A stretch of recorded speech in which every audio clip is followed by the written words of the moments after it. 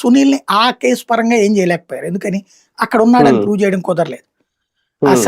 మిగతా వాళ్ళది విషయాల్లో ఇప్పటికీ కేసులు నడుస్తున్నాయి. అరెస్టులు, జైళ్లు వ్యవహారం కూడా నడుస్తుంది. బెయిళ్లు ఇట్లాంటివి కూడా.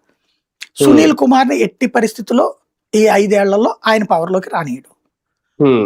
అధినాయకత్వం, తెలుగుదేశం అధినాయకత్వం కూడా ఆయన కోరిక ఈ విషయంలో తీర్చొచ్చు. సునీల్ కుమార్ మీద ఇప్పుడు పెట్టినటువంటి ఒకటి, ఆయన ఎవరికి చెప్పకుండా విదేశాలు వెళ్ళొచ్చాడని. అదొక డిసిప్లినరీ యాక్షన్. మామూలుగా ఏ శాలరీలో కటింగ్ ఉంటది, లేకపోతే 2 రోజులు సస్పెన్షన్ ఉంటది, కానీ నెలల తరబడి ఉండదు. సస్పెన్షన్ కొనసాగిస్తా ఉన్నారు. మేబీ ఆయన నాకు తెలిసి రిటైర్మెంట్ 2 ఏళ్లలో ఉన్నట్టుంది సునీల్ కుమార్. 27లోనో ఏమో ఉన్నట్టు. మరి రిటైర్మెంట్ ఈ 29 దాకా వీళ్ళే ఉంటారు.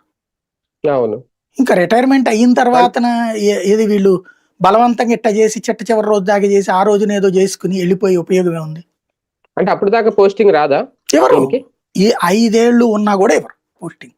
అంటే ఈయనకి సస్పెండ్ అనేది ఎంతకాలం ఉంటుంది సార్? మహా అయితే 6 నెలలు. దాన్ని పొడిగిస్తారు. ఏబి వెంకటేశ్వరరావు గారిది ఎట్లా ఉంది?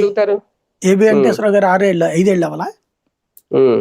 మరి అంతే. ఇది కాకపోతే ఇంకో కారణం చెప్తారు సస్పెన్షన్. ఇప్పుడు సంజయ్ని ఏం చేశారు, లేకపోతే ఇంకోళ్ళు ఏం చేశారు? సస్పెన్షన్ అనేది ఇదైతే మళ్ళీ ఎక్స్టెన్షన్ అంటారు. కోర్టులకు వెళ్ళినా ఇదివరకు కోర్టులు ఇట్లాంటి వాటిలో సీరియస్ గా చూసే. తెలుగుదేశం విషయంలో సీరియస్ కాదు.